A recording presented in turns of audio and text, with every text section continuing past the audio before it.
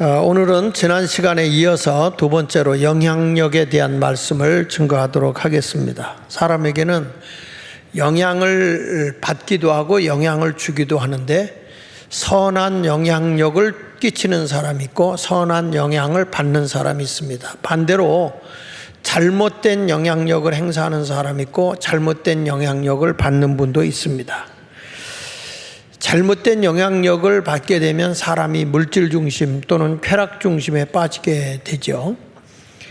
지금 우리나라도 보니까 영향을 우리 잘못 받아서 요즘에 신문을 보거나 다 여러분들 보시면 알겠지만 딥페이크라고, 그게 뭐냐면 이게 인공지능하고 사람하고 똑같아요. 그래서 합성을 시켜서 여성 남성이 성관계 하는 거라든지 이런 것들을 합성시켜서 가짜를 진짜같이 만들어서 가정을 파괴하고 개인을 죽이게 하고 하는 이런 일들이 있는데, 이 딥페이크라고 하는 이런 못된 짓을 하는 세계에서 이런 일들이 많이 일어나고 있는데, 그 가운데 연예인들이라든지 또는 어떤 내가 과거에 친구였는데 딴 데로 시집을 갔거나 결혼을 했으면 그거를 혼합으로 해가지고 딴 사람과의 관계를 갖는 것처럼 이렇게 가짜를 만들어서 퍼뜨리는 거죠. 그러니까 개인도 그리고 가정도 이렇게 망가뜨리는 일들을 하는데, 이런 딥페이크라고 하는 그런 것들을 하고 있는 사건 가운데, 세계에 일어난 모든 사건 가운데 63%가 대한민국에서 일어났어요. 그러니까 이런 것들을 보면 얼마나 잘못되고 못된 것을 우리가 배우고 있는가 하는 것을 알게 됩니다. 이런 것은 잘못된 영향을 받고 있는 것 중에 하나인 것입니다. 그러니까 우리가 이렇게 인간의 거짓됨과 또 어떤 자기의 쾌락을 위해서 남을 해하고자 하는 이런 것들은 가정도 국가도 개인도 다 무너지게 하는 것이죠. 이런 잘못된 영향력을 행사하고 있는 이런 세상에서 우리가 탄식이나 하고 그리고 한숨만 내쉬고 있는 것이 아니라 진정한 그리스도인들이 영향력을 행사해서 좋은 영향을 미치도록 해야 된다, 그겁니다.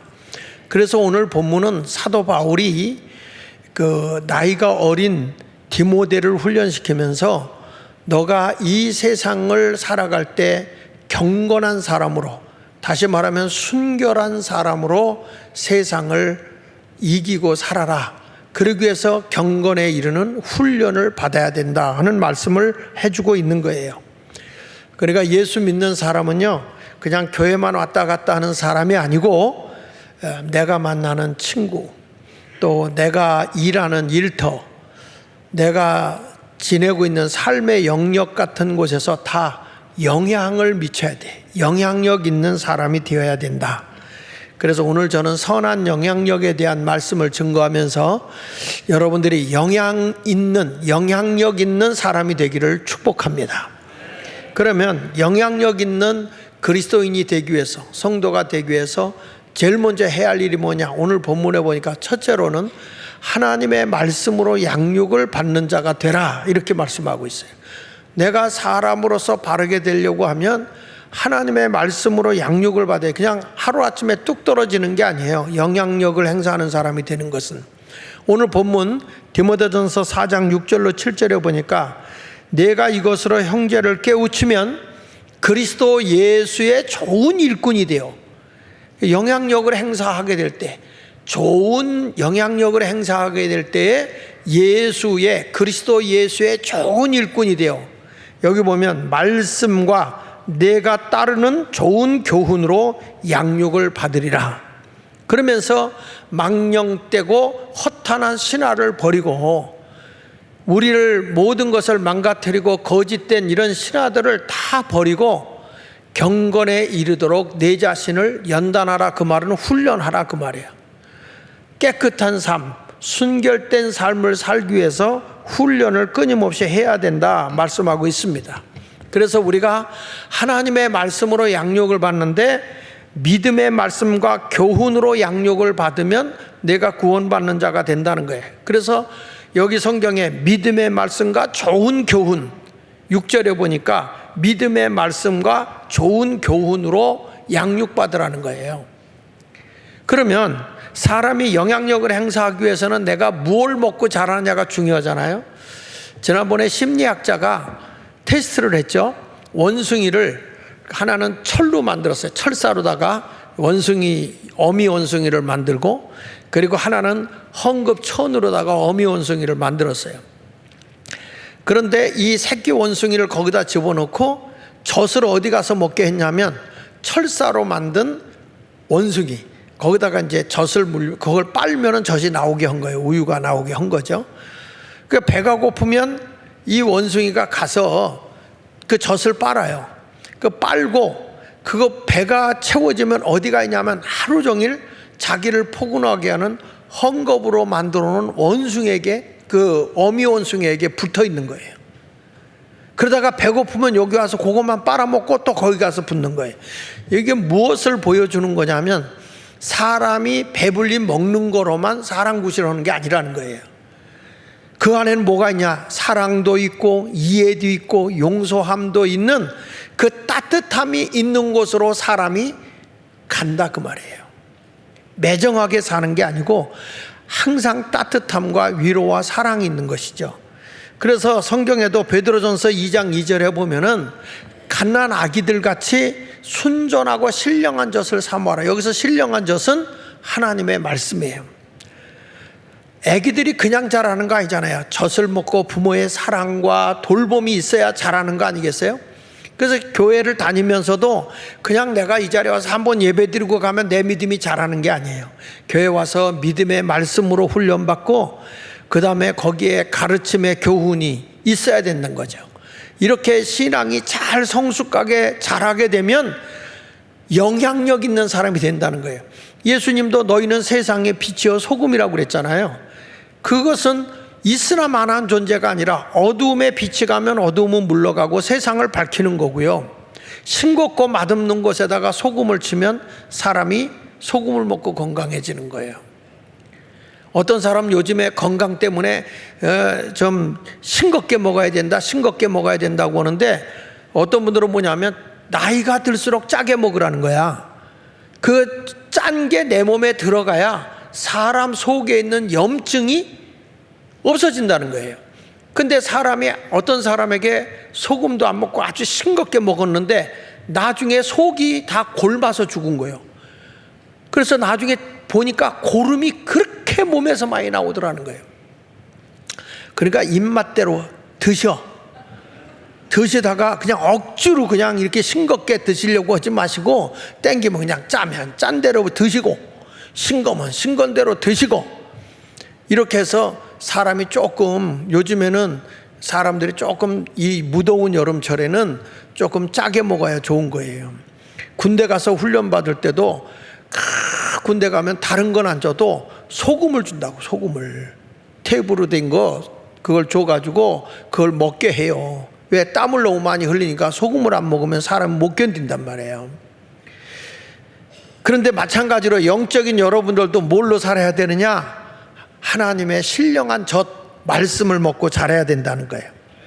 근데 교회에 와서 단단한 음식을 먹이면, 왜 신령한 젖이라고 그러냐면 신앙이 여린 사람들한테 그 교훈과 훈계만 계속하게 되면 교회 오는 게 힘이 어려워요.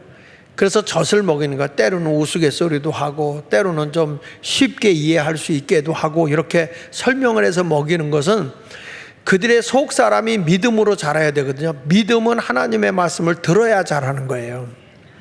그래서 내가 거룩한 사람이 되고 싶어요. 무엇으로 거룩하게 살 수 있느냐? 하나님의 말씀과 기도라고 그랬어요.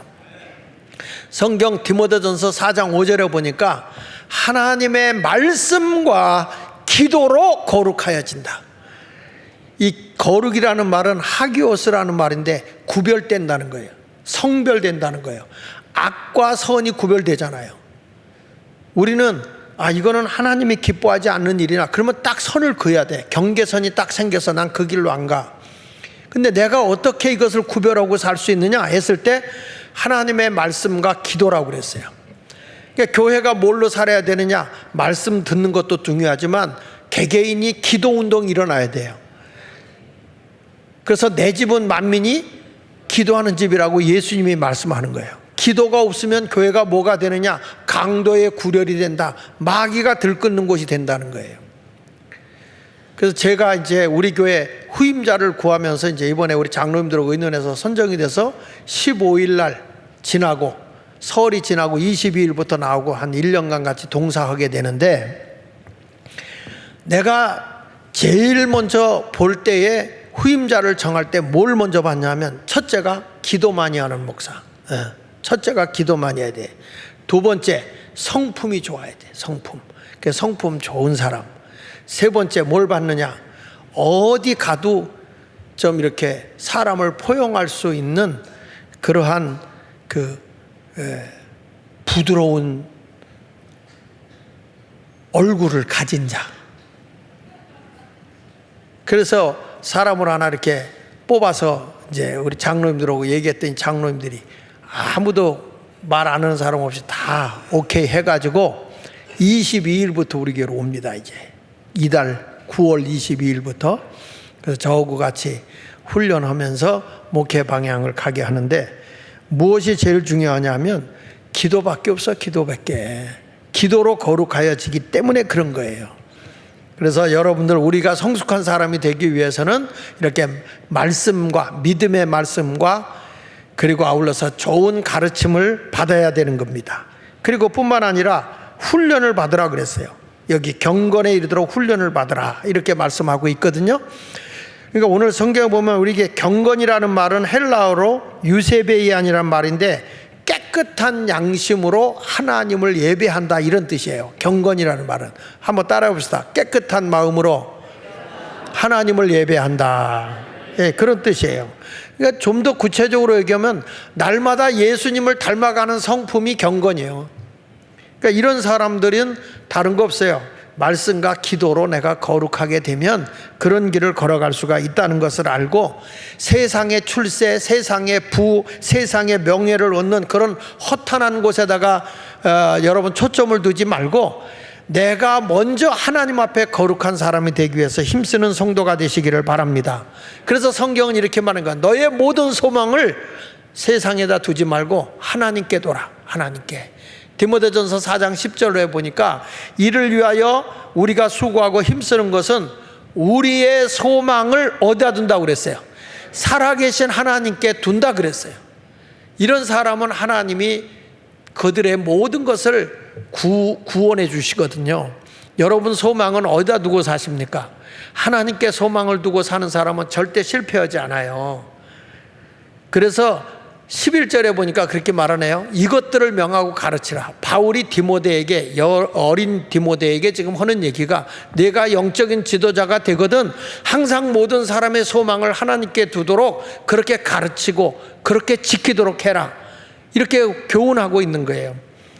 소망을 하나님께 두고 사는 사람은요, 부정적인 말도 안 하더라고. 늘 하나님의 영광을 위해 살아가는 자가 되는 줄로 믿습니다.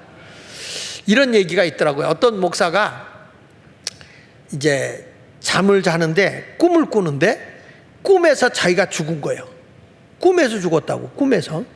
꿈에서 자기가 죽었는데 그 영혼이 어딜 가는 거 아니? 천국을 갔는데 딱 들어가는 입구에 사도 바울이 이게 노트를 하나 딱 들고 딱 체크를 하더래. 그래서 이름을 보더니 이름을 확인했다고. 그러더니 자꾸 그 노트를 보더니 고개를 갸우뚱갸우뚱 하더라는 거예요. 그래서 이 사도 바울이 나를 모르는구나. 그래가지고 자기 PR을 한 거예요. 나는 어느 신학을 나오고 신학 공부를 열심히 해가지고 내가 신학 박사가 됐고요. 작은 교회를 개척해가지고 교회가 한 2천여 명 모이는 큰 교회에 목회를 했고 열심히 하다가 여기 왔습니다. 그랬더니 바울이 그건 여기에 기록이 돼 있어서 잘 알고 있다고. 그런데 왜 사도 바울님은 왜 이렇게 고개를 갸우뚱갸우뚱 하냐고. 글쎄, 당신이 신학을 공부해서 신학 박사도 되고 교회를 열심히 해가지고 교회도 크게 부흥시켰는데 여기 보니까 공부한 것도 목사님을 위해서 공부한 거고 교회를 크게 키운 것도 목사님의 명예와 명성을 위해서 키운 것으로 다 나옵니다. 그런데 목사님이 말이야, 하나님을 위해서 공부한 내용도 안 나오고 하나님을 위해서 열심히 교회를 전도하고 사역을 한 것도 안 나옵니다. 다 목사님만 위해서 일한 것만 여기에 실적이 올라와 있습니다 하면서 여기 좀 한번 보시죠 하고 보는데 천군 천사가 찬양을 하는데 자기는 없어. 오직 하나님만 찬양하고 있더라는 거야. 이것이 바로 하나님을 위해서 사는 길입니다. 목사님이 고개를 끄덕끄덕 하고 있는데 이제 다시 세상에 내려가셔서 이제부터는 목사님을 위해 살지 마시고 하나님을 위해서 이웃을 사랑하면서 사십시오. 그런데 자기가 천국을 보니까 너무 좋은 거야. 그래서 가기 싫어서 안 가겠어요. 그랬더니 뭐 한 일 있다고 하느냐고 빡 걷어차가지고 떨어져서 깼디야. 예. 여러분 이게 가벼운 말 같지만 우리가 깊이 들어야 할 말이에요. 내가 예수 믿는 자체도 하나님을 이용해서 내가 뭔가 얻어보려고 내가 잘 돼보려고 전부 다 주체가 자신이 되는 거예요. 근데 성경은 우리는 살아도 주를 위해 살고 죽어도 주를 위해 죽나니 사나 죽으나 그리스도만 존귀하게 되길 원한다. 이것이 그리스도인의 모습 속에 나타나야 되거든요. 여러분 모두도 이제 하나님의 말씀과 그리고 경건의 그 가르침의 교훈을 통해서 거룩한 사람이 됨으로써 세상 어느 곳에 가든지 영향력을 행사하는 사람이 되기를 축복합니다. 두 번째로 영향력 있는 사람이 되기 위해서는 여러분이 성숙된 것을 모든 사람에게 나타내라고 그래요. 성경에는 여기 보면 자 디모데전서 4장 15절에 보십시다. 이 모든 일에 전신전력하여 최선을 다해서 그 말이죠. 너의 성숙함을 모든 사람에게 나타나게 하라. 내가 성숙된 걸 하나님의 말씀으로 정말 인격적으로나 행동으로나 모든 것이 성숙되었음을 모든 사람에게 나타나게 하라. 그러면서 내가 내 자신과 가르침을 살펴 이 일을 계속하라. 이것을 행함으로 내 자신과 내게 듣는 자를 다 구원하리라. 이렇게 말씀했어요. 그러니까 영향력을 행사하는 거잖아요. 다른 사람이 볼 때 당신의 성숙함을 다 나타내라는 거예요. 모든 사람에게 나타내라 이렇게 말합니다. 근데 이 당시에 바울이 디모데 목사님에게 지금 훈련을 시키는데 이 디모데 목사는 아주 나이가 어려요. 연소해요. 그래도 너는 성숙됨을 보이라는 거예요. 디모데전서 4장 12절에 보니까 이렇게 말한다고요. 누구든지 내 연소함을 업신여기지 못하게 하고, 나이가 어리다고 무시해서는 안 되는 거죠. 어느 교회 갔더니 또 기도할 때 아주 그 어린 목사, 그러니까 젊은 목사가 온 거지. 그랬더니 나이 드신 분이 기도하면서 어린 주의 종이 섰사오니 그런다고. 그렇게 기도하면 안 돼. 주님의 종으로 유임받았으니까 어린. 그러면 우리 같이 70이 이제 넘어가면 늙은 종이라고 그래야 되겠네. 오 주여 늙은 종이 섰사오니 발음이 정확하게 해주시고 이렇게 하면 안 되잖아. 그래서 바울이 지금 하는 얘기가 내 연소함을, 내 어린 나이를 다른 사람이 얕보지 못하게 하고, 너는 뭐냐? 성숙한 사람 되는데 오직 말, 행실, 사랑, 믿음, 그 다음에 정절에 있어서 믿는 자에게 본이 되라. 이렇게 말하고 있는 거예요. 그래서 여러분들이 우리가 신앙생활 하면서 중요한 게 뭐냐면, 이 성숙한 사람이 되고 영향력을 행사하기 위해서는 말을 잘해야 돼. 말을 잘한다는 것은 말을 많이 한다는 게 아니라 다른 사람에게 영향을 주는 말을 잘해야 되는데, 부정적인 말을 하지 말고 긍정의 말과 복된 말을 하기를 바랍니다. 왜 그러냐면 성경 잠언 18장 20절에 이런 말이 나와요. 사람의 입에서 나오는 열매로 말미암아 배부르게 된다. 사람의 입으로 말한 대로 열매가 맺어지거든요. 그래서 말을 잘하면 배부르게 되고, 또 그의 입술에서 나는 것으로 말미암아 만족하게 된다 하면서 21절에 이렇게 말해요. 죽고 사는 것이 어디에 달려 있다고 그래요? 혀의 힘에 달려 있다는 거예요. 여러분, 내가요 죽느냐 사느냐, 내가 성공하느냐 실패하느냐는 다 입에 달려 있다는 거예요. 그래서 혀쓰기를 좋아하는 자는 혀의 열매를 먹는다 그랬거든요. 여러분 모두 어느 곳에 가든지 좋은 말하고 긍정의 말을 하시기 바랍니다. 이런 얘기가 있어요. 6.25 사변 때 피난 가는데, 똑같이 피난을 가는데 한 부류는 이렇게 얘기하더래. 죽더라도 피난 가다 죽자. 이렇게 말하는 사람이죠. 죽더라도 피난 가다 죽자. 이런 사람이 있고, 또 한 부류는 어떤 사람이냐면, 우리 애들도 있겠는데 우리가 피난 가서 살아야 된다. 우린 피난 가서 악착같이 살아서 자녀들도 잘 키워야 된다. 이렇게 말하는 자가 있더라는 거예요. 그런데 놀라운 건요, 죽더라도 피난 가다 죽다는 사람은 다 피난 가다 죽었대야. 그런데 반대로, 아니, 우리는 피난 가서 살아야 돼. 거기 가서 우리 식구 다 살아야 돼 하는 사람은 살더라는 거예요. 왜 제가 이런 말을 하느냐? 말은 위대한 힘이 있거든요. 누에가 입에서 나오는 씨를 가지고 자기 집을 짓고 그 속에 들어가서 자기가 뭐가 돼요? 번디기가 됐다가 나중에 거듭나서 나방이 되지 않습니까? 이런 것을 보면 자기 입으로 나오는 실로 자기를 가두기도 하고 그걸 해치고 나왔을 때 나르기도 하는 거예요. 그러니까 오늘도 나는 여러분들에게 말씀드립니다. 하나님이 가장 기뻐하신 아름다운 그런 신앙의 길을 걸어갈 수 있기를 축복합니다. 한번 어르신을 만났는데 할머니가 93세예요. 93세. 근데 이 할머니가 혼자 오랫동안 사신 거예요. 그래서 아니 언제 그 할아버지 영감 되시는 할아버지는 일찍 가셨냐고, 언제부터 혼자 되셨냐 그랬더니 말도 마라. 그 영감탱이 한갑 지나자마자 죽었어. 근데 왜 그렇게 일찍 돌아가지? 불쌍하지도 않아요? 왜 그렇게 야단을 하고 욕을 해요? 그랬더니 그 할머니 하는 말 좀 보세요. 이 영감탱이 날마다 난 한갑 지나면 죽을 거야. 한갑 지나면 죽을 거야. 맨날 그러다가 한갑 먹고 죽었대야. 근데 자기는 뭐라고 얘기했냐? 나는 악착같이 살 거라고 그랬대. 자기는 나는 이 사람 한 얘기를 보면 나는 지겹게 오래 살 거야 그랬대. 근데 93세에도 살고 있어. 지겹게.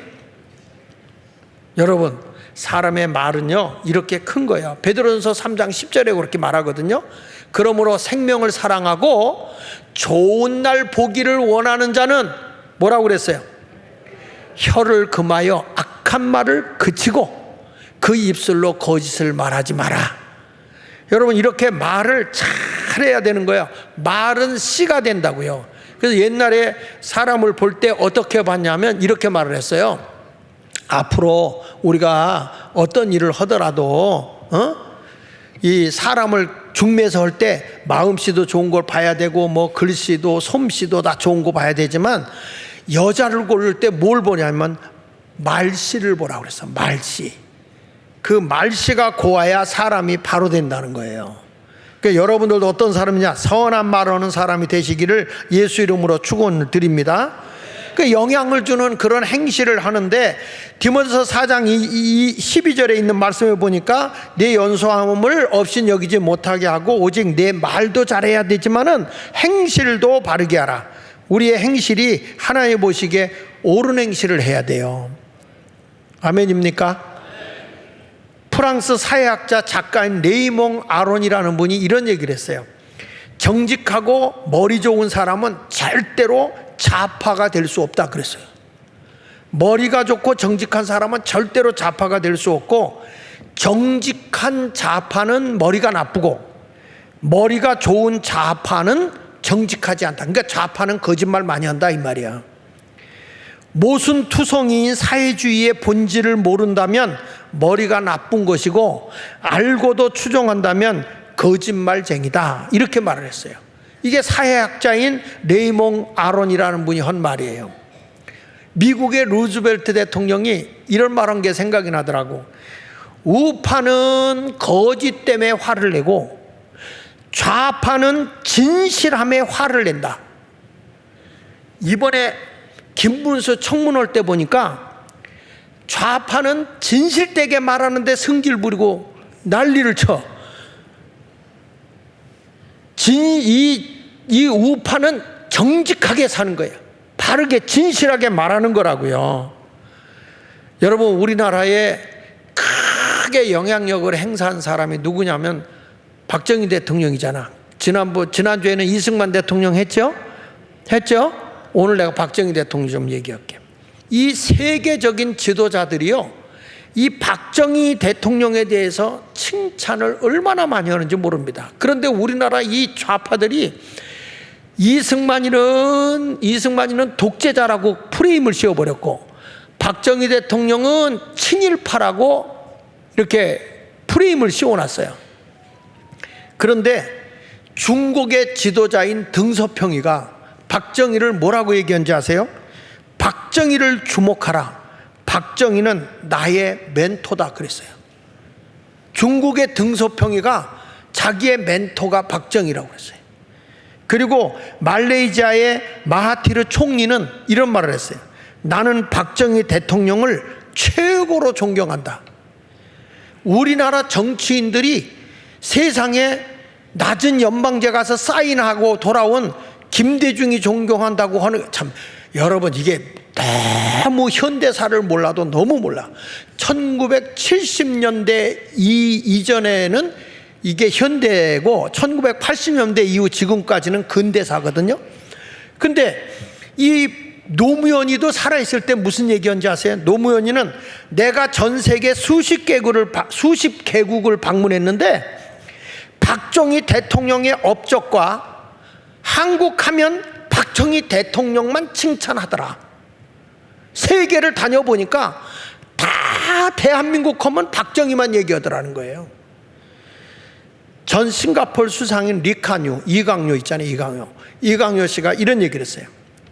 많은 지도자들은 관심과 정력을 언론과 여론조사로부터 호의적 평가를 받는데 소모한다. 다시 말하면 지지율에다가 또 인기 있는 곳에다가 호소한다는 거예요. 그러나 박정희 대통령 같은 지도자는 자신의 정력을 오직 일하는 데만 집중시키고 평가는 역사적 심판에 맡긴다고 했다.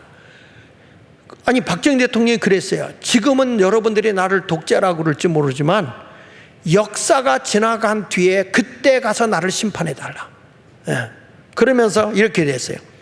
이강요 그 수상이 한 얘기인데, 만약 박정희 대통령이 눈앞의 현실에만 집착하였다면 오늘의 대한민국은 존재하지 않았을 것이다. 여러분, 왜 이런 말을 제가 하냐면 이 우리나라에 이런 지도자를 하늘이 내려준 거에 대해서 우리가 감사해야 돼요. 자기를 위해 살질 않았다는 거야. 그는 말과 행실이 오직 나라, 백성, 여기다가 모든 걸 내려놓은 사람이에요. 러시아의 대통령 이 푸틴이요, 이런 얘기를 했어요. 박정희 정권 18년 동안의 목표는 자립경제력을 갖춘 현대 국가의 건설이었다. 그는 성공했고 세계는 놀랐다. 박정희에 관한 자료를 모두 수집하라. 여러분, 러시아의 지금 현재 그 대통령인 푸틴이 이렇게 칭송을 해. 그런데 해외에서는 어마어마하게 이렇게 칭찬하는데 우리 민족만 인정을 안 해. 나 별난 민족들 많이 봤어요. 미국의 최고의 경영자로 알려진 학자 피터 드러커 교수가 있어요. 이 피터 드러커는 이런 말을 했어요. 제2차 세계대전 이후 인류가 이룩한 성과 가운데 가장 놀라운 기적은 바로 박정희 위대한 지도력으로 경제 발전을 이룩한 대한민국이다. 이렇게 얘기를 했어요. 세계 경제학자들도 대한민국을 보고 놀라는 겁니다, 여러분. 어마어마하게 대한민국 이렇게 잘 된 거는 지도자 하나님이 영웅을 내려줘서 그래요, 영웅을. 예. 미국 예일대학 교수인 폴 케네디 교수는요, 이런 얘기를 했어요. 세계 최빈국의 하나였던 한국이 새마을운동으로 불과 20년 만에 세계적인 무역국가가 되었음을 경이롭게 바라볼 수밖에 없다. 개발도상국 중 대표적 승자로 한국의 박정희 시대를 지목한다. 이런 얘기를 했어요. 아니, 이렇게까지 인정을 하는데 여러분 박정희를 뭐 친일파라고 뭐라 부르는, 그런 정치인들을 다 끌어다가 우리는 저기 어떡할까? 저 화산지대에다 담궈버려야 되지 않겠나 싶어요. 호주 언론인인 마이클 카운이라는 언론인이에요. 이분이 이런 말을 했습니다. 박 대통령은 결코 공허한 약속을 하거나 거짓말하지 않았다는 거예요. 공허한 약속을 하거나 대중에게 거짓말을 한 일이 없다는 것을 나는 믿는다. 기자가 한 얘기예요. 그는 필자에게 정치의 잘잘못을 가려주는 유일한 수단은 시간이라고 말해줬다. 그러니까 모든 평가는 시간이 지난 뒤에 평가한다 이 말이에요. 지금 인기 전술로 가지 말고. 그러면서 예산을 날조하고 국민에게 거짓말을 하여 공금을 유용하면, 공금을 마음대로 막 써버리면 시간, 즉 역사는 결국 이를 찾아내어 단죄할 것이다. 필자는 확신한다. 호주의 기자니까요. 역사는 박정희 대통령의 진가를 알게 될 것이고 세계가 직면한 리더십의 위기를 극복한 인물로 역사에 기록될 것이다. 야, 여러분, 이런 지도자가 대한민국에서 나왔다니까.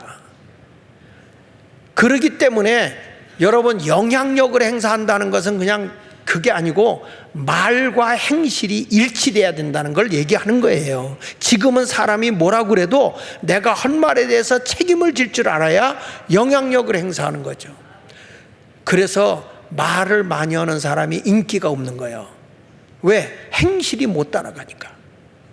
말한 것은 행동이 따라와야 되니까 아무래도 우리가 말을 줄여야 되겠죠. 그렇죠?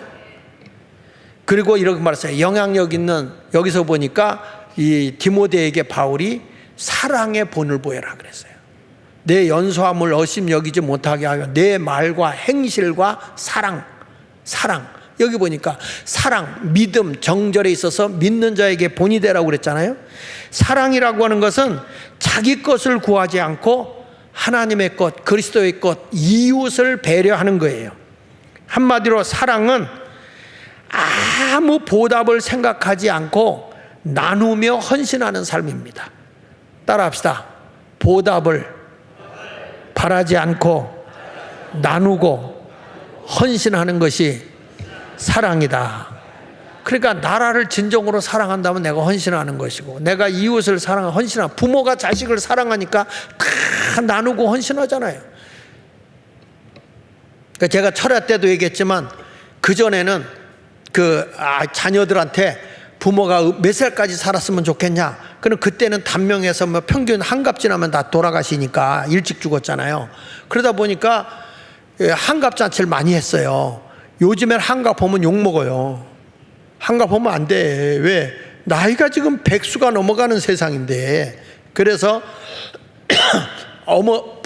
부모니까 얼마 동안 살았으면 좋겠냐고 대학생들한테 설문조사 보니까 옛날에는 65세 이상을 다 구했어요. 65세 이상.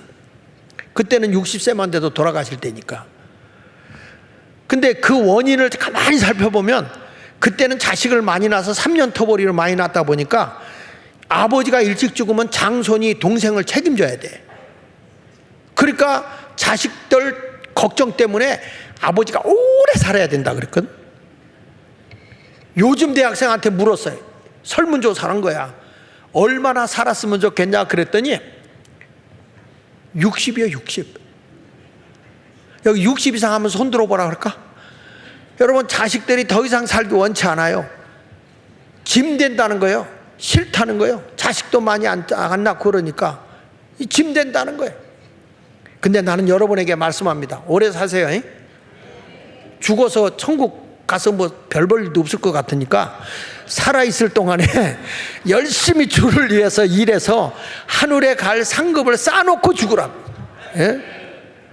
영향력 있는 사람은 이렇게 선을 베풀고 나누면서 살아야 할 줄로 믿습니다. 그래서 영향력을 주는 사람은 하나님을 믿는 믿음이 본이 돼야 돼요. 다른 사람한테 헌신하는 믿음의 사람. 예수님도 그렇게 말씀했거든요. 입으로 말이야, 사람들이 나를 누구라고 그래? 그렇게 물어보니까 베드로가 고백한 거예요. 주는 그러셨시오 살아계신 하나님의 아들입니다. 마태복음 16장 16절 이하에 말하잖아요. 그랬더니 예수께서 대답하여 이르시되 바요나 시몬아 내가 복이 있다. 이를 알게 하니는 내가 아니요 하늘에 계신 아버지께서 알게 한 것이다. 이렇게 말씀을 하면서 지금 얘기를 한 거예요. 뭐라고 얘기했냐면 이제부터는 너를 하나님 나라의 신령한 자로 이제 구원받은 자로 너를 세워야 되겠다. 이렇게 말씀을 했어요. 저는 여러분들에게 말씀드립니다. 하나님이 가장 기뻐하시는 그런 믿음의 삶을 살아갈 수 있는 여러분 모두가 되시기를 예수 이름으로 축원을 드립니다. 자, 우리의 찬송 한 장 하고 한번 말씀을 들었으면 좋겠는데 할렐루야. 여러분도 믿음의 사람으로 살게 되면 하나님이 함께하는 거예요. 그래서 입술로도 우리가 이제 말로도 입으로 시인하면 구원을 얻잖아요. 믿음으로 시인하게 될 때 구원을 받습니다. 로마서 10장 9절로 10절에 보니까 내가 만일 내 입으로 예수를 뭐라고 그랬어요? 시인하며 하나님께 그 죽은 자 가운데서 살리신 것을 내 마음에 믿으면 내가 뭘 받는다? 구원을 받는다 그랬어요. 그러니까 우리도 하나님의 뜻대로 믿음 생활하게 되면 하나님이 여러분을 도와주시고 은혜 내려줄 줄로 믿습니다. 그뿐 아니라 우리 주님 앞에 여러분 이 산을 내가 하나님을 믿으라고 주님이 말씀한단 말이야. 내가 이 산을 명하여 바다 옮겨져라 해도 옮겨진다고 그랬어요. 여러분 우리가 하나님의 큰 역사를 이룰 땐 내 뜻대로 되는 게 아니고 하나님의 계획대로. 이 내용은 무슨 내용이냐면 예수님께서 말이야 무화과를 이렇게 무화과 나무를 발견하고 시장에서 무화과 열매를 구했어요. 열매를 구해서 보니까 이 열매가 없는 거야. 그래서 예수님이 다시는 열매를 맺지 못하리라 이렇게 말씀하고 지나갔는데 그 다음날 가서 보니까 무화과 나무가 말라 죽었어요. 제자들이 와가지고 예수님 어저께 저주한 무화과 나무가 말라 죽었는데요. 그랬더니 예수님이 뭐라고 하냐면 하나님을 믿어라. 하나님께 소망을 두고 말하면 그대로 된다 이거야. 믿어라 이렇게 말한 거예요. 그랬더니 뭐라고 말하는 거 아니? 예수님께서 하나님을 믿어라 그래 놓고 하신 말씀 보세요. 내가 진실로 너희에게 이르는데 이 산을 들려서 바다 옮겨져라 해도 내 말하는 것이 이루어질 줄 믿고 마음에 의심하지 않으면 어떻게 된다 그랬어요? 그대로 된다 이렇게 말씀을 하고 있어요. 여러분 우리도 오늘부터 안 돼요 못해요 이렇게 말하지 말고 된다고 말하면 하나님이 역사하실 줄로 믿습니다. 그런 믿음의 사람이 되기 원하면 아멘 하세요. 할렐루야. 그래서 여기서 이 디모데라는 사람이 아직 나이가 어린데 병이 있어요. 병이 있으니까 너는 이제 포도주도 마시고 다른 사람에 다 덕을 끼치는데 이제부터 물만 마시지 말고 너 위장병도 있고 너 아주 그 자주 나는 병도 있으니까 포도주를 조금씩 써라. 그랬더니 또 어떤 사람이 요걸 인용해가지고 뭐라고 얘기하는지 아세요? 요걸 인용을 해가지고 야 바울이 말이야 디모데에게 포도주 먹으라고 그랬어. 여러분 먹으라고 언제 그랬어? 포도주를 조금 써라. 약으로 써라 그랬지. 약으로. 그래가지고 포도주를 진탕 마시고 그냥 방어를 하는 분이 있어요. 이렇게 가면 안 된다는 거야. 자, 여러분 이런 모든 행위에서나 또 우리의 사랑을 보여주고 있고 또 이렇게 덕을 끼치는 아름다운 삶을 경건의 삶을 살면서 이렇게 살았는데 결론을 제가 내겠습니다. 오늘 보면 이 박정희 대통령 때에 이분이 얼마나 위대한 일을 했는가.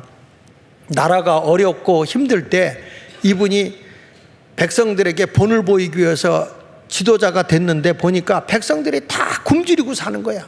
백성들이 다 굶주리고 사는 거예요. 그래서 내가 이 백성을 어떻게 먹여 살릴 것이냐. 그래가지고 1차 경제개발 계획을 발표하죠. 1차 경제개발 계획 발표하면서 이분이 앞으로 우리나라에 1962년도에 이제 1차 경제개발을 발표하는데 그때 사실은 실패랍니다. 2년 동안 해서 실패해요. 그래가지고 64년도에 이제 얼마를 이 사람 벌어들이냐면 1억 2천 달러를 이렇게 수출을 해요. 그러다가 1967년도에 얼마를 수출했냐면 10억을 수출해. 10억을 수출하고 나니까 박정희 대통령이 한 얘기가 있어요. 뭐라고 얘기했냐면 이제 우리가 먹을 건 넉넉하지 않지만 보리밥은 먹을 수 있게 됐다. 이분들이 그렇게 얘기를 해요. 이분이 사실 제가 어렸을 때만 해도요, 여러분 먹을 게 없어가지고 우리는 소나무 껍질밖에 먹었어. 먹을 게 없어가지고. 요즘 아이들 보면 그게 그러냐 그렇지만 우리 어렸을 때는요, 소들이 똥 싸잖아요. 그러면 거기 있는 거 이렇게 나오는 거 콩 같은 거요, 더 이상 말하지 않겠어요. 이렇게 우리가 어렵게 사는데, 내가 미국에 아버지가 이제 논일을 하러 갔는데 거기 이제 동생하고 갔어. 벼베러 간 거죠. 벼베러 갔는데 거기 가가지고 노력하고 애를 써가지고 이제 아버지가 벼를 베는데 나는 배가 고파 죽겠는 거야. 그래가지고 그때는 뭐냐면 소나무 껍질을 벗겨 먹었거든. 그래가지고 낫으로다가 소나무를 이렇게 잘라가지고서 가지를 잘라가지고 그걸 벗겨서 빨아먹었다고. 그러면 달짝지근하거든. 그랬더니 내 동생이 나하고 5살 차이야. 근데 이 동생이 날 안 주고 형만 빨아먹는다고 낫으로다 날 여기를 찍었어. 걔가 목사예요 지금. 여러분, 그런데 이렇게 먹을 게 없었던 게 불과 얼마 전이라고. 그러다가 1970년도에 우리나라 무역을 수출해서 얼마냐면 100억 달러를 수출했어요. 100억 달러 수출하고 GNP가 1000이 됐죠.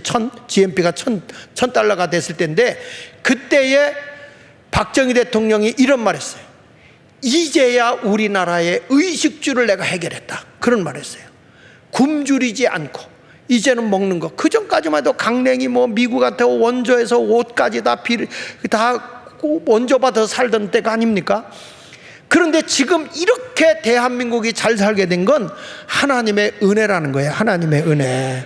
이런 지도자 하나를 잘 만난 거잖아요, 우리가.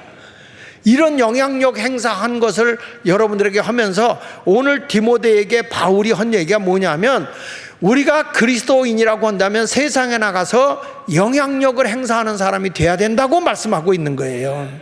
모든 것에 영향력을 행사하지 않으면 기독교인이 무슨 세상에 빛이 되고 소금이 됩니까? 지도자 한 사람이 이런 영향력을 행사하고 나니까 세계가 그를 인정하고 평가해 준 것인데, 지금에 와서는 우리가 그런 일을 하지 못하고 그냥 나 혼자만 먹고 우연히 이런 게 있겠지.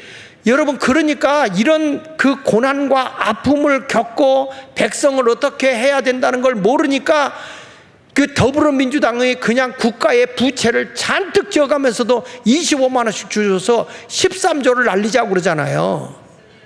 말도 안 되는 짓들을 하고 있어요. 박정희 대통령은요, 이런 거 할 때에 경제를 긴축하면서 쓸데없이 돈 나가는 걸 안 쓰고, 이분이 어느 정도 위대했냐면, 해외 기자들이 놀란 게 뭐냐면, 그 박정희 대통령이 살고 있는 청와대에 가보면 화장실 수세식이잖아요. 그럼 물 아낀다고 물통에다 벽돌을 넣었다는 거야. 그런 분이 국가의 지도자예요. 이렇게 나라를 생각하고 백성을 사랑하는 지도자들이 지금 대한민국에 없어요. 그러다 보니까 나라가 꼴이 안 되니까 오죽 답답하면 국민들이 광화문에 뛰쳐나가서 저렇게 난리치고 소리치겠냐고. 이제는 교회가 뭘 할 거냐 이거예요. 교회가.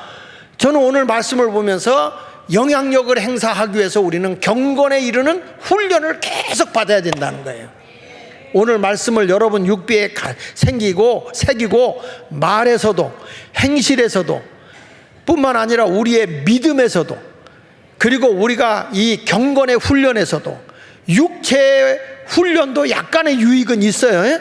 그러나 경건에 이르는, 경건이라는 것은 깨끗한 예수님의 성품을 닮아가는 도덕적 마음이에요. 이러한 경건에 이르는 훈련을 통해서 살아가게 되면 여러분은 누구 앞에 가서도 당당한 사람이 될 수 있고 영향력을 행사할 수 있는 사람이 되는 것입니다.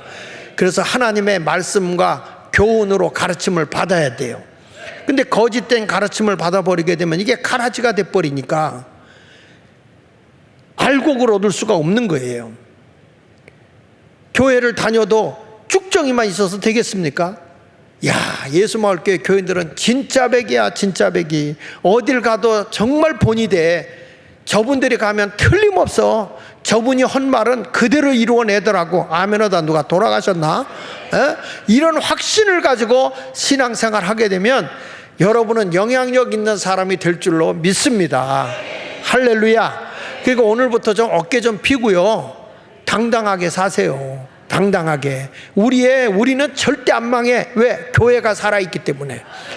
여러분들이 이렇게 교회 와서 말씀을 들으니까 근대사, 현대사 이렇게 보지만, 야, 내가 요즘에 이렇게 또 전두환 씨도 이렇게, 전두환 대통령도 보니까 이분이 정말 대단한 분이더라고. 이분이 우리나라 통행금지도 해제했고, 이분이 칼라 TV도 받아왔고, 열었고, 이분이 교복 자유라도 시켰고, 이야, 내가 이렇게 한 것만 골라보니까 30가지야, 30가지.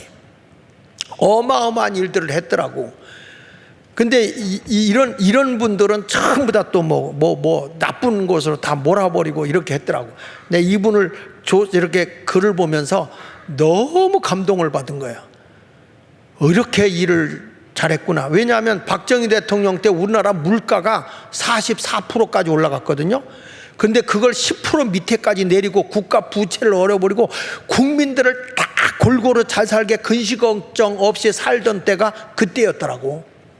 조사를 해보니까. 몰라도 아는 척하고 살아. 교회 나와야 이런 여러분들이 현대사를 안다니까. 현대사를. 오늘 말씀을 여러분 마음속에 잘 간직하셔서 한번 따라합시다. 주님, 나도 선한 영향력을 행사하게 하여 주시옵소서. 이런 믿음의 삶을 살기 원하면 아멘 하세요. 할렐루야. 우리 찬송가 200